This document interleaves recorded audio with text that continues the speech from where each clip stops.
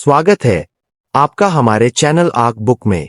आज मैं आपसे एक सवाल पूछना चाहता हूं। क्या आपने कभी ऐसे लोगों को देखा है जिनके पास जाते ही लोग खुद ब खुद उनकी ओर आकर्षित हो जाते हैं? क्या आपने कभी महसूस किया है कि कुछ लोग जैसे ही किसी कमरे में प्रवेश करते हैं, सभी का ध्यान उनकी तरफ चला जाता है, जबकि कुछ लोग पूरे समय वहां मौजूद रहते हैं और फिर भी किसी की नजर उन पर नहीं पड़ती? क्या कभी आप किसी कॉलेज, क्लासरूम, शादी, पार्टी या किसी सामाजिक कार्यक्रम में गए हैं और आपके मन में यह विचार आया हो कि काश मुझे भी लोगों से आसानी से बात करना आता, काश मैं भी ऐसा कुछ कह पाता जिसे सामने वाला मुझे दिलचस्प और आत्मविश्वासी समझता? अक्सर लोग सोचते हैं कि अच्छी बातचीत करना एक जन्मजात प्रतिभा है। उन्हें लगता है कि जो लोग आत्मविश्वास के साथ बात करते हैं वे जन्म से ही ऐसे होते हैं। लेकिन सच्चाई कुछ और है। सच्चाई यह है कि बातचीत करना एक कला नहीं बल्कि एक कौशल है, और हर कौशल की तरह इसे भी सीखा और बेहतर बनाया जा सकता है। जरा कल्पना कीजिए, अगर आप किसी भी व्यक्ति से बिना घबराए बात कर सके, अगर किसी इंटरव्यू में आपकी बात सुनकर सामने वाला प्रभावित हो जाए, अगर लोग आपसे मिलकर खुश महसूस करें, अगर आप आसानी से नए दोस्त बना सके, तो आपकी जिंदगी कितनी बदल सकती है। आज हम बात करने वाले हैं दुनिया की सबसे प्रसिद्ध कम्युनिकेशन किताबों में से एक, how to talk to anyone, जिसे लिखा है लील लोन्स ने। यह किताब सिर्फ बातचीत करना नहीं सिखाती, यह सिखाती है कि लोगों के दिलों में जगह कैसे बनाई जाती है, कैसे लोगों को विशेष महसूस कराया जाता है और कैसे बिना किसी दिखावे के एक सकारात्मक प्रभाव छोड़ा जाता है। तो अपनी चाय या कॉफी लेकर आराम से बैठ जाइए और इस वीडियो को अंत तक जरूर देखिए, क्योंकि आज आप जो सीखने वाले हैं उनमें से केवल एक सिद्धांत भी यदि आपने अपनी जिंदगी में लागू कर लिया तो आपकी बातचीत करने की क्षमता हमेशा के लिए बदल सकती है। अध्याय 1, पहली छाप का महत्व। लेखिका कहती है कि लोग आपको देखकर कुछ ही सेकंड में आपके बारे में राय बना लेते हैं। यह राय बाद में बदल सकती है, लेकिन पहली छाप हमेशा सबसे ज्यादा प्रभावशाली होती है। कल्पना कीजिए, दो छात्र इंटरव्यू देने जाते हैं। दोनों के अंक समान हैं, दोनों का ज्ञान भी लगभग समान है, लेकिन पहला छात्र घबराया हुआ है। वह नीचे देख रहा है, उसके चेहरे पर मुस्कान नहीं है। दूसरा छात्र आत्मविश्वास के साथ अंदर प्रवेश करता है। उसकी चाल संतुलित है, उसका शरीर सीधा है, उसके चेहरे पर हल्की और स्वाभाविक मुस्कान है। आपके अनुसार बेहतर प्रभाव कौन छोड़ेगा? अधिकतर मामलों में दूसरा छात्र, क्योंकि लोग आपके शब्दों को सुनने से पहले आपकी बॉडी लैंग्वेज को पढ़ते हैं। यही लेखिका एक महत्वपूर्ण तकनीक बताती है जिसे वे फ्लडिंग स्माइल कहती है। जब आप किसी से मिले तो तुरंत मुस्कुराइए मत। पहले उसकी ओर देखिए, एक पल रुकिए, फिर स्वाभाविक रूप से मुस्कुराइए। इससे सामने वाले को महसूस होता है कि यह मुस्कान केवल उसी के लिए है और इसका भावनात्मक प्रभाव कई गुना बढ़ जाता है। एक छोटी कहानी। एक कंपनी में दो नए कर्मचारी आए। पहला कर्मचारी हमेशा गंभीर रहता था, दूसरा कर्मचारी हर व्यक्ति का मुस्कुराकर स्वागत करता था। 3 महीने बाद जब टीम से पूछा गया कि सबसे मिलनसार व्यक्ति कौन है, तो लगभग सभी लोगों ने दूसरे कर्मचारी का नाम लिया। उसने कोई अतिरिक्त काम नहीं किया था, उसने केवल मुस्कुराने की आदत विकसित की थी। कई बार जिंदगी की सबसे शक्तिशाली चीजें सबसे सरल होती है। अध्याय 2, आंखों की भाषा। लेखिका के अनुसार आंखों का संपर्क यानी आई कांटेक्ट प्रभावशाली बातचीत की नींव है। जब आप किसी से बात करते समय बार बार मोबाइल देखने लगते हैं या इधर-उधर देखने लगते हैं, तो सामने वाले को लगता है कि आप उसकी बात में रुचि नहीं ले रहे हैं। अब कल्पना कीजिए, आप किसी दोस्त को अपनी परेशानी बता रहे हैं और वह पूरी गंभीरता और ध्यान के साथ आपकी बात सुन रहा है। वह आपकी तरफ देख रहा है। आपको कैसा महसूस होगा? आपको लगेगा कि आप महत्वपूर्ण हैं, और हर इंसान अपने जीवन में महत्वपूर्ण महसूस करना चाहता है।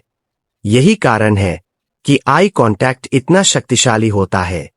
लेकिन ध्यान रखिए, आई कांटेक्ट और घूरने में अंतर होता है। सामान्य और सहज नजरों का संपर्क बनाए रखें। यही आत्मविश्वास और सम्मान दोनों दर्शाता है। अध्याय 3, दुनिया का सबसे दिलचस्प विषय। आपके अनुसार दुनिया का सबसे रोचक विषय कौन सा है? क्रिकेट, फिल्में, व्यापार, विज्ञान। मनोविज्ञान कहता है कि दुनिया का सबसे रोचक विषय है मैं। हर व्यक्ति अपने बारे में बात करना पसंद करता है। अपने सपनों के बारे में, अपनी उपलब्धियों के बारे में, अपने अनुभवों और संघर्षों के बारे में। इसलिए यदि आप बातचीत में माहिर बनना चाहते हैं तो केवल बोलना मत सीखिए, सवाल पूछना सीखिए। मान लीजिए कोई कहता है मैं इंजीनियरिंग कर रहा हूं। आप केवल अच्छा कहकर बातचीत समाप्त कर सकते हैं या फिर पूछ सकते हैं आप किस शाखा में इंजीनियरिंग कर रहे हैं? आपने इंजीनियरिंग क्यों चुनी? भविष्य में आपका क्या लक्ष्य है? एक अच्छा सवाल पूरी बातचीत को नया जीवन दे सकता है और लोग उन व्यक्तियों को पसंद करते हैं जो उनमें सच्ची रुचि दिखाते हैं। अध्याय 4, नाम की ताकत। लेखिका कहती है कि किसी व्यक्ति के लिए उसका नाम दुनिया का सबसे मधुर शब्द होता है। जब कोई आपका नाम याद रखता है तो आपको अच्छा महसूस होता है। ठीक वैसे ही दूसरों को भी होता है। लेकिन समस्या यह है कि हम किसी का नाम सुनते हैं और कुछ ही क्षणों में भूल जाते हैं। इसका समाधान सरल है। जब भी किसी से मिलें, उसका नाम बातचीत में दोहराइए। उदाहरण के लिए, नमस्ते राहुल। अच्छा राहुल, आप कहाँ से हैं? राहुल, आपसे मिलकर अच्छा लगा। इससे नाम भी याद रहता है और जुड़ाव भी मजबूत होता है। अध्याय 5, महान वक्ता नहीं, महान श्रोता बनिए। अधिकांश लोग सोचते हैं कि अच्छी बातचीत का मतलब ज्यादा बोलना है, लेकिन लेखिका कहती है कि अच्छी बातचीत का मतलब ज्यादा सुनना है। सोचिए, आपके 2 दोस्त हैं। पहला दोस्त हमेशा केवल अपनी बातें करता है। दूसरा दोस्त आपकी बातें ध्यान से सुनता है। आप किसके साथ समय बिताना पसंद करेंगे? ज्यादातर लोग दूसरे दोस्त को चुनेंगे, क्योंकि हर इंसान चाहता है कि कोई उसे समझे। ध्यान से सुनना एक उपहार है, और जो लोग दूसरों को यह उपहार देते हैं उन्हें लोग कभी नहीं भूलते। अध्याय 6, बॉडी लैंग्वेज की शक्ति। हमारे शब्द जितना नहीं, उससे कहीं अधिक हमारी बॉडी लैंग्वेज बोलती है। आप कैसे चलते हैं, कैसे बैठते हैं, कैसे मुस्कुराते हैं, आपके हाथों की गतिविधियां कैसी है, ये सब लगातार संदेश भेज रही होती है। यदि आप स्वयं पर विश्वास नहीं दिखाते तो लोग भी आप पर विश्वास नहीं करेंगे। इसलिए सीधे खड़े रहिए, कंधे खुले रखिए। लोगों से बात करते समय उनकी ओर मुख करके खड़े रहिए। मोबाइल में खोए मत रहिए और चेहरे पर हल्की मुस्कान बनाए रखिए। ये छोटी आदतें आपके व्यक्तित्व में बड़ा बदलाव ला सकती है। अध्याय 7, सच्ची प्रशंसा का जादू।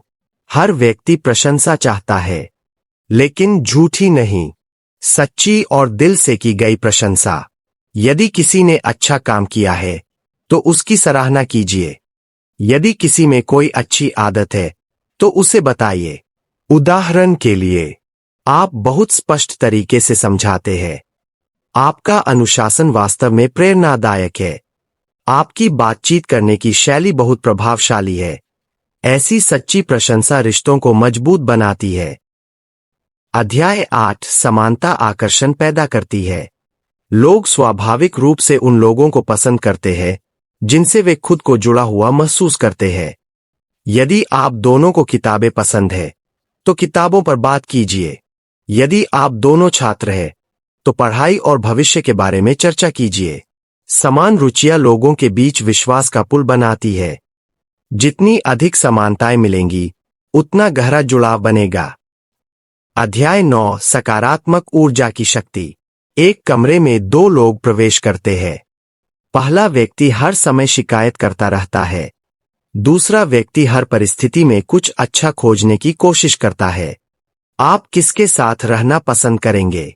स्वाभाविक रूप से दूसरे व्यक्ति के साथ, क्योंकि लोग केवल आपके शब्द नहीं याद रखते, वे आपके साथ जुड़ी हुई भावना और ऊर्जा को भी याद रखते हैं। अध्याय 10 आत्मविश्वास अभ्यास से आता है। इस किताब का सबसे महत्वपूर्ण संदेश यह है, आत्मविश्वास इंतजार करने से नहीं आता, आत्मविश्वास कार्य करने से आता है। बहुत से लोग सोचते हैं, जब मैं आत्मविश्वासी हो जाऊंगा तब लोगों से बात करूंगा, लेकिन सच्चाई इसके ठीक विपरीत है।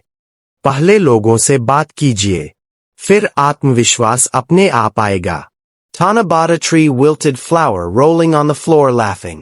हर बातचीत एक अभ्यास है, हर मुलाकात एक प्रशिक्षण है, और हर छोटी सफलता आपके आत्मविश्वास को थोड़ा और मजबूत करती है। अंतिम कहानी। एक शर्मीला छात्र था। वह कक्षा में किसी से बात नहीं करता था। एक दिन उसने निर्णय लिया कि वह प्रतिदिन एक नए व्यक्ति से बात करेगा। पहले दिन उसे अजीब लगा, दूसरे दिन भी घबराहट हुई, लेकिन उसने प्रयास जारी रखा। धीरे धीरे उसकी झिझक कम होने लगी, उसका आत्मविश्वास बढ़ने लगा। एक वर्ष बाद वही छात्र अपनी कक्षा का प्रतिनिधि बन गया। उसका ज्ञान नहीं बदला था, बदली थी उसकी बातचीत करने की क्षमता, और उसी क्षमता ने उसकी जिंदगी बदल दी। निष्कर्ष। दोस्तों, इस पूरी किताब का सार बहुत सरल है। लोगों को महत्वपूर्ण महसूस कराइए, ध्यान से सुनिए, मुस्कुराइए, लोगों के नाम याद रखिए, उनमें सच्ची रुचि दिखाइए, और लगातार अभ्यास करते रहिए।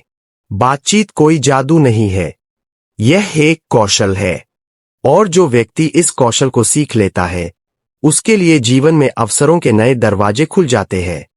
आज से संकल्प लीजिए कि आप हर दिन इस किताब का कम से कम एक सिद्धांत अपनी जिंदगी में लागू करेंगे। कुछ ही समय बाद आप स्वयं अपने अंदर बदलाव महसूस करेंगे, और संभव है कि यही बदलाव आपकी पूरी जिंदगी की दिशा बदल दे। अगर आपको यह वीडियो पसंद आई हो तो हमारे चैनल आर्क बुक को सब्सक्राइब करना न भूलें। वीडियो को लाइक करें, अपने दोस्तों के साथ शेयर करें और कमेंट करके बताइए कि आज सीखी गई कौन सी बात आप सबसे पहले अपने जीवन में अपनाने वाले हैं। फिर मिलेंगे एक नई किताब और नई सीख के साथ। धन्यवाद।